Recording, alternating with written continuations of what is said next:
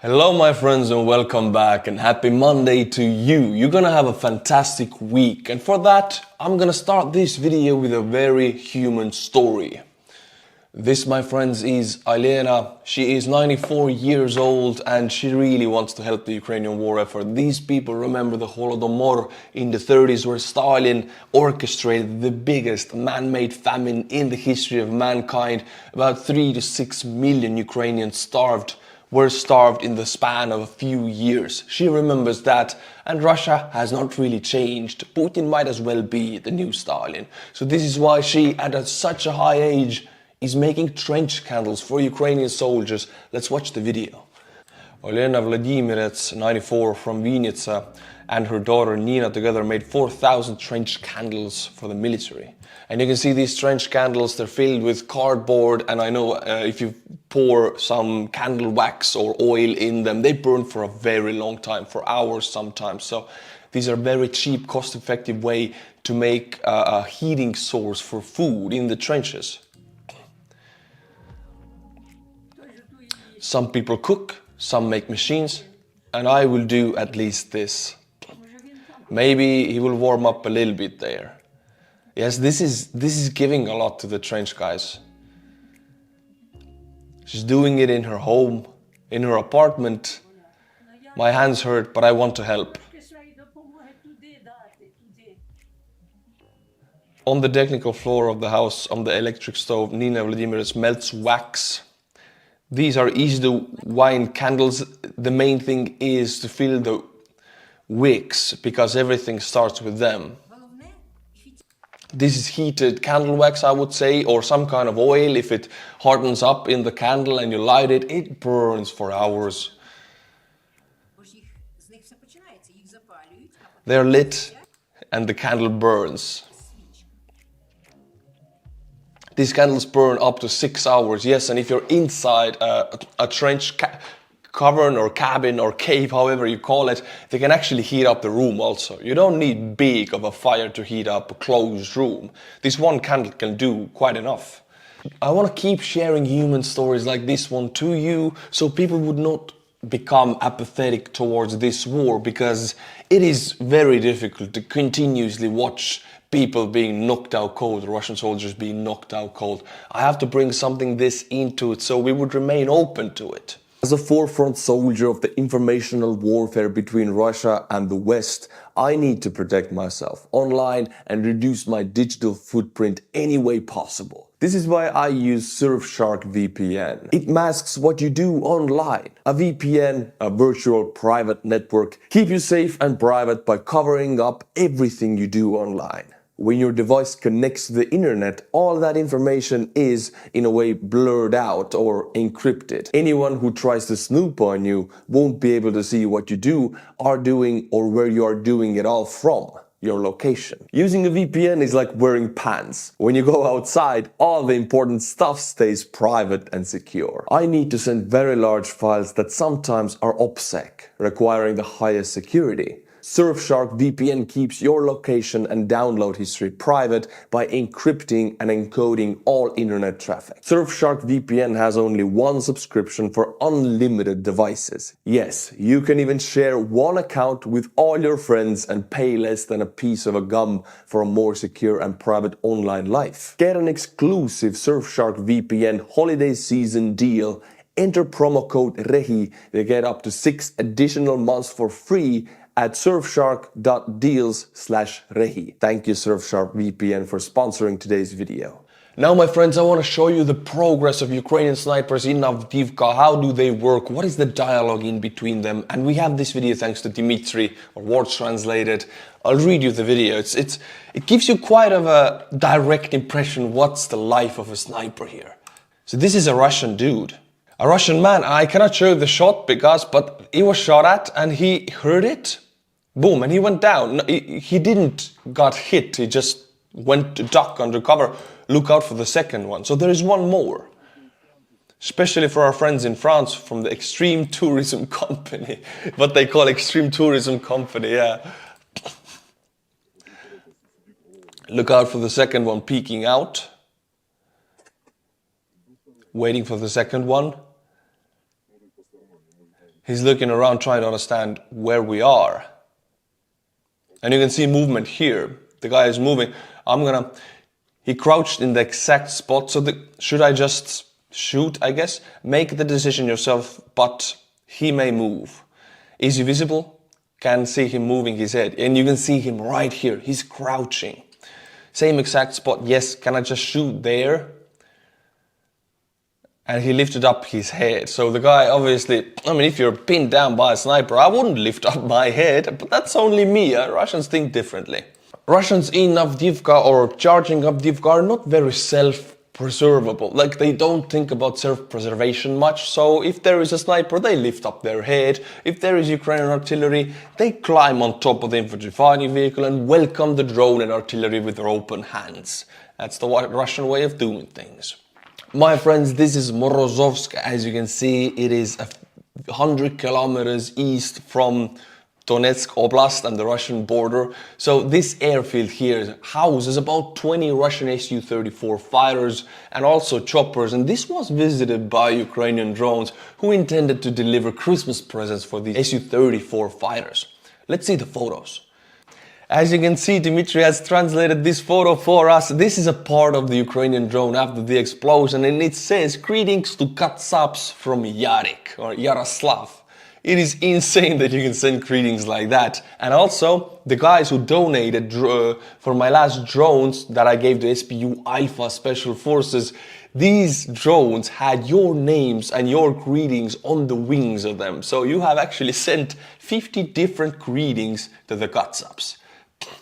Look at this drone. It looks all janky and all cardboard or compound material, but it is insanely light. I know because I've held pieces of it. Insanely light, and it does a lot of damage. It is cheap, it is silent, it is fast, and it goes kaboom in a magnificent way. As you can see, these small holes right here is where the shrapnel possibly hit, and with these planes, Su-34, whichever fighters actually, if you damage their frame enough with small holes, this changes their aerodynamics, which is true with any plane actually. And these planes will start falling out of the sky if not repaired. Even these small holes are important, but Russians don't really repair or maintain. They just go and fly until they don't fly anymore. And I didn't mention, there was also 3 radar systems present in the airfield, so this is a very juicy target for the Ukrainians. And it is about 200 kilometers from the front line, so you can tell this drone has some range. And it wasn't shot down by the air defense.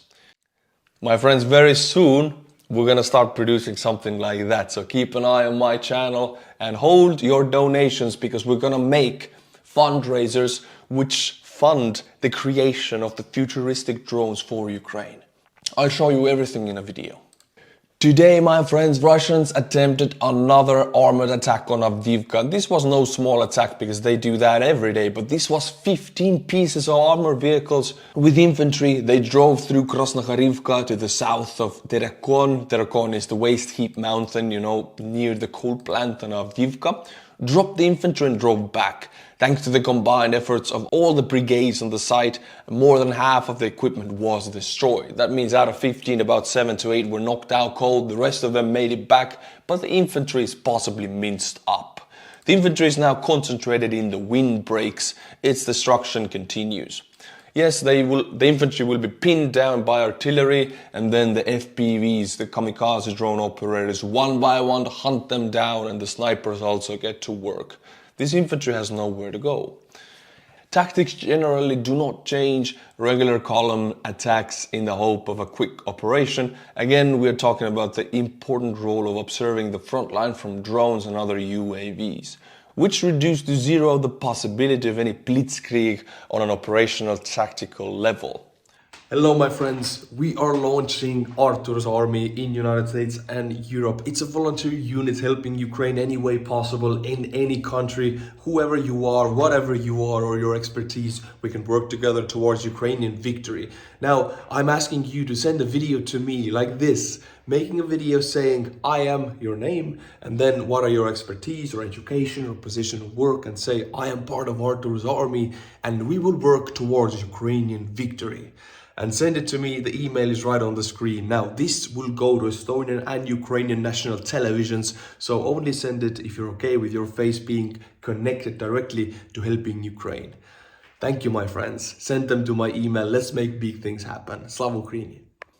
In the previous report, you saw the Russian side of attacking Avdiivka with 15 armored personnel carriers. Well, now we'll look at the 80th Air Assault Brigade in the vicinity of Avdiivka. And these are the guys who are giving hell to the Russians. These are the guys who are shooting the artillery and flying the kamikaze drones. Let's look at their side. We're going to work. Put on vests and helmets. You're sat in the dugout, the air decon finds a target and you go to work. Air recon, it's a drone, it's a forward observation post in the air, it's an observation drone. They find these 15 armored personnel carriers and boom, these guys get out of their dugouts, pull the string on artillery, and the rest is history.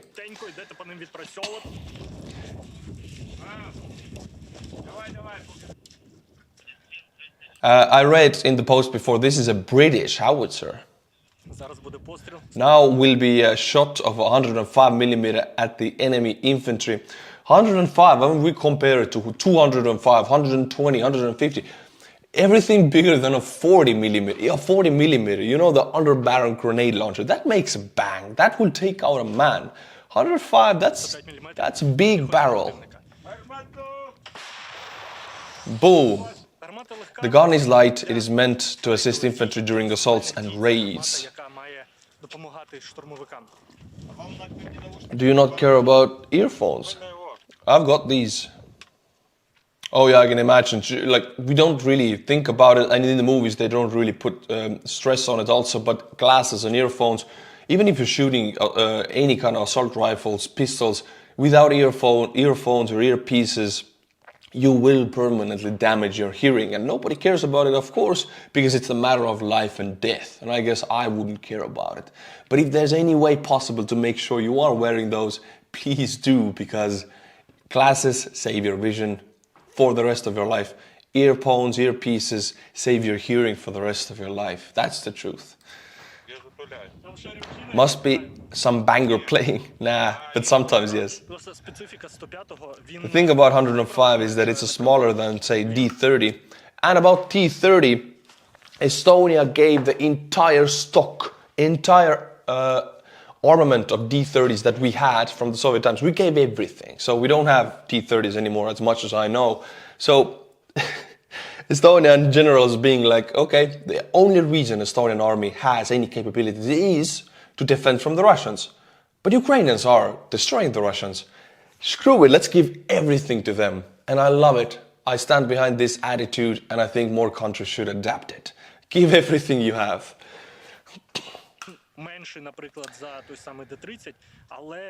But its sharpened spread is more effective. Covers a bigger area with shrapnel. The Soviets, such as the F1 grenade, depend on luck. It can open into two halves and that's it. Same with D30. But this one is very effective, right? My knowledge of the L119 ends at Wikipedia. Same here, brother. I love the guy. Look at the smiling face. They're right now eliminating the enemy for Ukraine and for Estonia, taking out these 15 armored personnel carriers. The guy is smirking. He's, energetic. I love the attitude.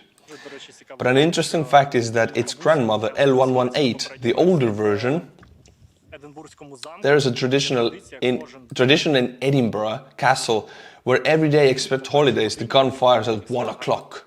That's quite an expensive tradition. It only makes noise, but this gun's grandmother is a symbol for the British. Every day, historically, it fires a shot. I wouldn't want to live near that castle. Every day, 1 p.m., there's a poof, kaboom. Maybe I'm shooting a video, it ruins my audio. I would move only because of that. Since 2001, before it was a different gun. Feel the vibe of the British traditions here in the mud, in the east. Damn, I love this guy. Is it hard to service? We're only short of cleaning it and adding oil. Complicated repairs are done in a repair company. Alright, I'll end it with this. I wanted to share this nice and vibrant guy with his energy to you, because we need people like that who are shining also on the front lines where it's difficult. They are a blessing to us all. Now, my friends, I'll bring you the analysis of Battle of Avdiivka.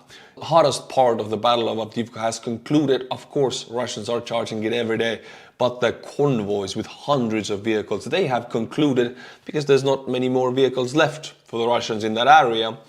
And what are the outcomes of that battle? Tatarigami's team, the Twitter account, his team has done an extensive research with satellite imagery of how many vehicles Russians lost, and only confirmed satellite imagery lost vehicles are here. I'll be reading you the thread and going through it. Frontelligence Insight team, upon thorough examination of multiple satellite shots spanning from October 10th to November 28th, has identified over 211 destroyed or damaged abandoned Russian vehicles in the vicinity of Avdiivka. So 211 were knocked out cold, confirmed by the satellite imagery in the span of 1 month where the battle raged, only to take one settlement which is destroyed anyway. But how bad was it really? Let's see. Our initial report included over 109 vehicles between October 10th and October 20th, so in 10 days half of these vehicles were knocked out cold, because day after day Russians sent tens of armored vehicles in convoys towards Avdiivka, and one by one, kaboom, kaboom, taken out with javelins, with Carl Gustavs, AT-4s, RPGs and artillery. Excluding the area west of Vodiane. This time we expanded our coverage to include the entire area until November 28th, bringing the total number to 211. Losses identified in part 1 or occurred before October 10th, the start of the assault, are marked with white squares. Ukrainian losses are excluded from this report, focusing on Russian losses, though we couldn't identify more than 7. So according to satellite imagery, Ukrainians lost 7 armored personnel carriers. Of course, Ukrainians did lose quite a lot of infantry and some artillery pieces, but 7 armored personnel carriers versus 211. And I have no reason to not believe this, because I've talked to soldiers directly in Kiev who came from Avdiivka, and they say it was a Turkish shoot. It was insane. They could not believe it. Why would anybody throw away their lives like that? But as long as they have the ammunition, they will keep destroying the vehicles. This number surpasses Russian losses in any other single battle, including Vuhledar. You remember Vuhledar, where Prigozhin was making a video in the salt mines claiming that we took Vuhledar, we took Bakhmut. And in Vuhledar, it was last winter, I remember this drone footage came out, all snow, about 20 armored personnel carriers, one by one taken out slowly by Ukrainians. It was insane carnage, but Avdiivka surpasses it, marking it the most devastating battle for the Russian forces in terms of vehicle losses. The primary categories of losses include tanks, BMPs, BTRs, MTLBs, some IMVs, a couple of trucks and MLRSs. Yes, this is true. I saw the videos also. Russians assaulting Avdiivka, a Ukrainian fortress in every way, with trucks, soft targets. Yes, Kamaz trucks. I didn't understand it, don't know why, but there they were. Quite easy to take. You can destroy a truck with a 9mm pistol. It's possible if you know where to shoot. Notably, not all confirmed FPV drone hits led to observable destroyed vehicles in satellite imagery. Some vehicles may remain operational or get evacuated for repairs.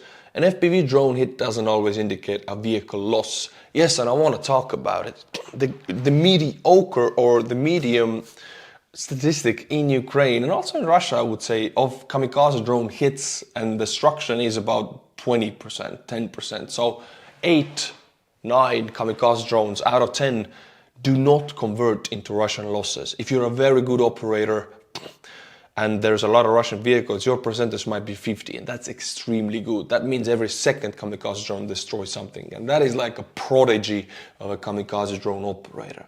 And that is for many different reasons. First of all, Russian jamming. That is one of the main reasons why thousands of Ukrainian kamikaze drones reach the target. Second one is the lack of autonomous aiming and autonomous navigation of the drone, where it is jammed or it loses connection with the drone operator because it goes too low already and the treetops or mountains are beginning to interfere.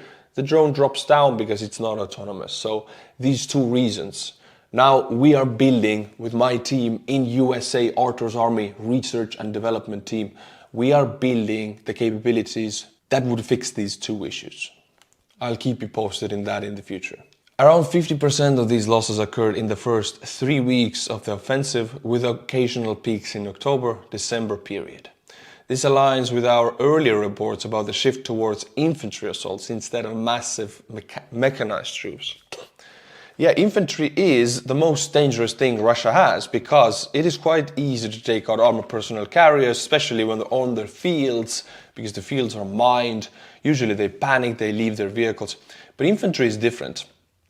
It is, if infantry is spread out, and Russia has a lot of infantry, it is not easy to continue eliminating it by the thousands. Yes, Ukrainians are very good at eliminating them, but after a few thousand hit the same location, there is an issue with the ammunition, there is an issue with Ukrainian troops not being able to rotate and sleep. So I would say infantry is one of the most effective things Russia has because of sheer numbers. My friends, now we have gotten another video about the Russian ingenuity or stupidity, however you call it. Well, this is a Russian Grad, and you can see it's just a truck, a mass truck with some barrels in the back, you know, an old Russian Grad. And whoa, we have a Russian plane. You have already seen this video, but believe me, there's extra this time. The plane is flying, safely minding its own business, being a representative of a dictatorial terrorist state, flying peacefully, and suddenly, boom, the Grad decides to shoot. Now, this shouldn't happen. It's a big no-no in the military, but this is how it goes. And as you can see, it's a very close one, almost shoots down the plane. And as I said in the last video, this would be a world record, the one and only plane being shot down by a Grad missile, because it's unguided, incredibly inaccurate. It's almost impossible to shoot down a plane with it, but the Russians are able to do it. But it doesn't end there, my friends. Now Dmitry has translated a video from inside of that plane. I'll read the subtitles to you. It's quite juicy. The plane is flying, yes. Mayak, when you go to the work, go right.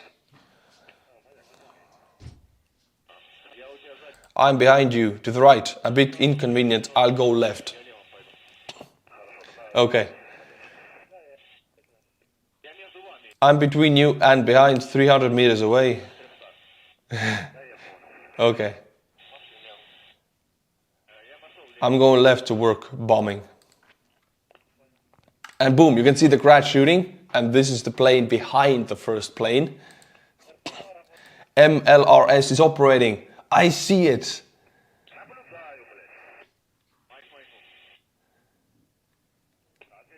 And check, now it gets juicy, check this out. Let them know the Grad fired right before the 8th plane. So the plane we saw in the other video, the plane in front of this plane, which almost got shot down by a blue on blue Grad. Right before, let them know this is so wrong. Yes, it is, my friends, and I'm glad the Russian pilots know it. Tell them I'm going to fire at them. I cannot read this, I'm sorry, but this would be so much fun if the Grad actually shot down a Russian plane, blue on blue incident, and a very rare one, and the plane right behind it shoots at the Grad. So this would be blue on blue, a triple friendly fire incident. Oh my god, this is... Oh, the Russian army, they never cease to surprise me, and I wish I brought my popcorn today. My friends, and now my most favorite part of the video, which I do in every video for the last 4 years already, the butchering of the Patreon names, people who give me security. Jon Martin, and I spoke to you in Patreon already, thank you Jon for joining.